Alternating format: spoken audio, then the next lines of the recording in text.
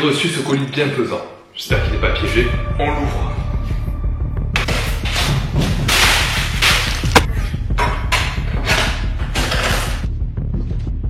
Une pochette? Qu'est-ce que c'est que ça?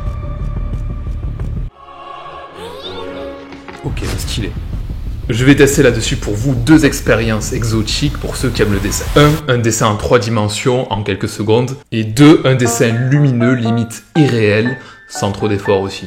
Vous avez vu que j'essaie aussi de m'adresser au flemmard. Il fait futuriste quand même. Merci à Zeus de m'avoir téléporté ce PC portable insolite devant ma porte, qui est pensé pour les artistes, et d'être ma collab pour cette vidéo. Préparez-vous pour une collection de créales lumineuses. Pour ce premier dessin, c'est sous l'eau qu'on va aller, dans les profondeurs abyssales. Je commence par croquer le dessin, c'est la phase recherche et brouillon. Est-ce que vous connaissez les poissons lanternes? En général, ils sont plutôt angoissants. Et pour les nageoires et la queue, je vais les construire avec des pics, un peu comme des arêtes pour rester dans le style. En fait, j'ai une idée. J'ai envie de donner un autre sens philosophique à sa lanterne. Vous devriez comprendre l'idée, je pense. Tu peux verrouiller ton clavier depuis le screenpad plus pour poser tes mains tranquilles sur les touches. Ça peut éviter les mauvaises manips. De petites planètes autour. En fait, je veux un système solaire prêt à se faire gober par la bouche béante de la Baudroie. Je recale un peu l'antenne. Je fais un calque en arrière-plan et je pose un fond bleu. Là, je vais me servir pas mal du screenpad plus en bas. Il est pratique pour libérer de la place. Et à côté de ça, j'ancre mon croquis avec une couleur lumineuse. Transition sur mon écran du bas.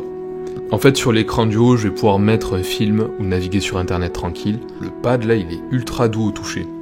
Tu n'es pas obligé de prendre l'info. À côté, je commence 2 autres dessins sur un papier couleur cappuccino et l'autre sera gris. Le but du jeu, ça va être de les illuminer au maximum, limite aussi fort qu'un phare en pleine nuit. Enfin, on va essayer. Il y a pas mal de dessins sur Insta comme ça que je trouve incroyables. Là, je remplis mon dessin avec des aplats de couleurs. Oh, c'est notre jolie terre, mais pourquoi va-t-elle se faire grailler? Là, l'idée, c'est de représenter les 9 corps célestes de base, avec aussi Saturne et toute la famille. Ici présent, l'œil de Jupiter. Là, je prends plaisir à dessiner sur le screenpad plus aussi, avec le petit logiciel qui va bien. Alors, vert ou marron? Allez, je reste sur ça. Je finis toutes les petites planètes, et je vais commencer à envoyer des ombres et créer du volume. Petite ombre ici, et là, changement de couleur. Avec la pipette, je viens piquer la couleur du fond. Ça me sert à en étaler en dégradé sur l'arrière du poisson. Comme ça, il s'imprègne un peu de l'ambiance. Je rends lumineux le petit soleil avec un premier halo autour, de la couleur à l'arrière des dents, les cales qui vont me permettre de ne pas étaler la couleur sur mon fond bleu.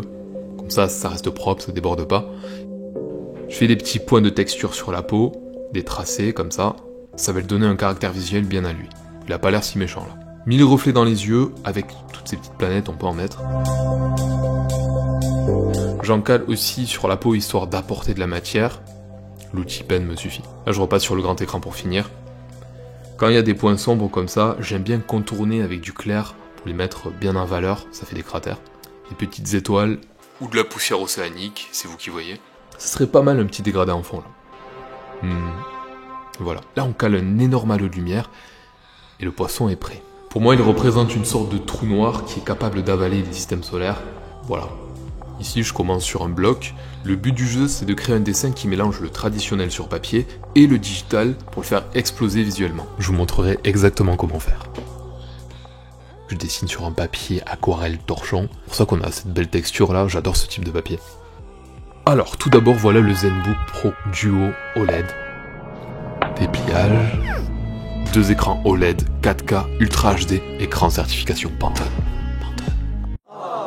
Carte graphique RTX GeForce 3070, 8 Go de mémoire, en RAM jusqu'à 32 Go et 1 Tera au niveau du stockage SSD.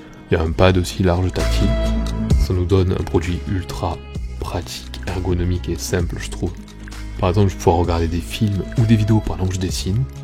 Il y a même moyen de combiner plein de logiciels en même temps sans aucun lag. Je le lâche et je disparais. Une option du screenpad plus qui communique direct avec l'écran principal, c'est par exemple le tableau de bord de tous les onglets ouverts qu'on glisse dans l'écran qu'on veut comme ça. Voilà, tu as bien compris, Elon Musk pourrait bégayer devant cette machine et je comprends. Moi, il va me servir pour créer des dessins, faire du montage. Maintenant, je finis ce petit personnage chibi que j'ai créé à partir de modèles de Levi.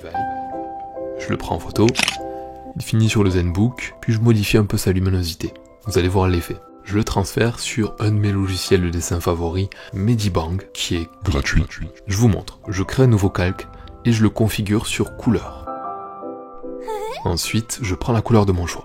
Hop, là je peux colorier comme ça, sans que ça retire la texture du papier en fait, ça va pas l'abîmer. Si j'appuie moins fort avec le stylet, ce sera moins intense. En fait, le stylet capte les niveaux de pression. Ensuite, un autre calque, lui sera magique, ça sera celui de la lumière. J'ajoute et je configure sur addition. Celui-là, il donnera la lumière là où on va passer, en gardant au maximum les traits d'arrière-plan et aussi sous les yeux, comme si ils étaient éclairés. C'est des petits gyrophares. Je peux créer un effet comme ça dans les cheveux, sur l'épée aussi. Pour faire une épée ultra brillante, je grossis mon brush airbrush un peu plus, et j'appuie sur l'épée, voilà, ça va donner un énorme halo. J'aime bien. En fait, on obtient cet effet super facilement. Là, je reviens sur le calque pour déposer sur mes vêtements les projections de la lumière bleue. Pour des petites lucioles, d'abord, je fais des points avec le calque couleur. Je place correctement mon image, c'est super pratique avec le double écran là. Puis je reviens sur le calque addition pour créer à l'intérieur de chaque rond un point de lumière, bien fondu. Là, ok. Je sais pas ce que vous en pensez, moi je suis chaud pour tester encore sur 2 autres créas. Naruto, en mode vénère, ou en mode Kyuubi. Déjà j'ai voulu lui donner un style plus affûté, sur les traits de visage, visage classique de Naruto, avec un stylo bic noir, en me basant sur ce modèle. Moi j'aime bien dessiner avec le stylo classique, ça me rappelle mes cours de techno un peu. Ensuite, je prends une photo, je vais réduire la luminosité, et je commence déjà avec des effets de lumière pour les cheveux. Les yeux en rouge, bien rouge. Et je vais donner de la couleur sur quelques zones, de la même façon que tout à l'heure, on arrive vite à des résultats qu'on pourrait comparer au clair-obscur. Bon, le meilleur pour la fin. Quoique c'est même pas la fin, après je teste la 3D aussi. Ce petit personnage, il a entièrement sorti de mon esprit. Je vais lui apporter sa petite modification de luminosité à elle aussi. Je prépare le calque addition, avec une couleur jaune, et je commence à remplir la lune.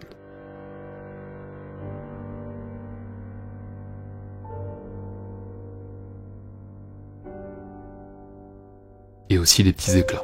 Là ça tend direct au doré je trouve, mais c'est très bien comme ça. Je place mes petits contours de lumière. En fait c'est assez classique dans le dessin, mais comme là j'ai un visage qui est légèrement éclairé sur la gauche, faut renvoyer ça sur l'extrémité.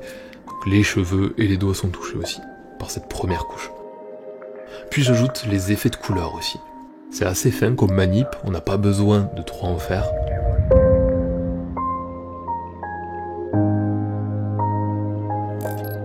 Voilà le résultat. Franchement, je suis super content de ces 3 effets-là. Ça va me donner envie d'en faire de temps en temps. Petite option de pad aussi, c'est la fonctionnalité Taste Group d'Asus sur le ScreenPad Plus. En fait, une fois que tu as organisé avec tous les placements des logiciels, tu peux appuyer sur un bouton qui va sauvegarder les emplacements pour que tout se réouvre comme dans la sauvegarde. C'est pratique pour gagner du temps. Une autre fonction du PC, la View Max, qui te permet d'avoir un contenu sur les 2 écrans en même temps, encore très stylé de leur part. Il y a aussi quelque chose que je voulais essayer depuis très longtemps, c'est le dessin 3D. La modélisation, maintenant on en voit de plus en plus. Bon, je vais pas passer 30 minutes dessus, c'est juste pour vous montrer 2-3 trucs. Déjà, je vais créer un petit chat lampe. Lui toujours sur Medibang, il sera plat le dessin. Je ne jure que par ce logiciel d'ailleurs, entre celui-là et Procreate, les deux ils sont excellents. Sauf que lui il est gratuit. Bon, oui, j'avoue qu'il a une drôle de tête. Je sais même pas si vous allez le trouver mignon, mais perso j'aime bien tout ce qui est rond. Voilà. Je vais sur Blender, qui est un logiciel de modélisation 3D gratuit, là aussi. Je génère une sphère. Ok. CTRL plus 3 pour lui donner plus de matière. J'applique un effet de symétrie, ici. Hop. Ensuite récréation. Je vais dans Modeling tout en haut, et sur le côté, j'ai tous les petits outils pour transformer ma forme de base. Donc, très pratique.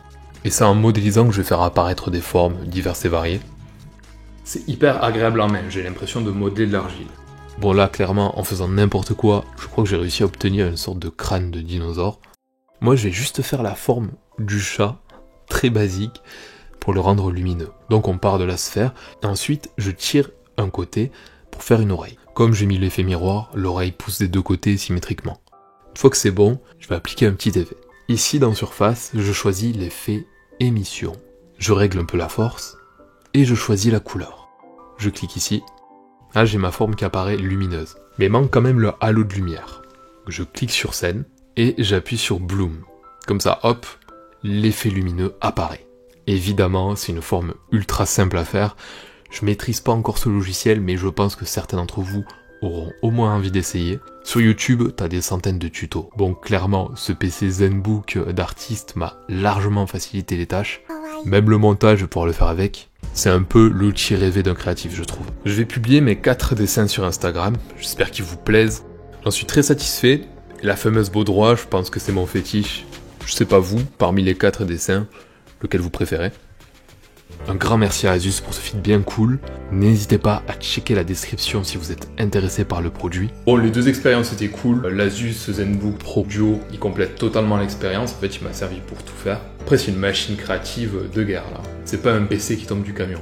Bon dessin, les amis, et que vos pions soient libres. Comme là. Je le lâche et je disparais.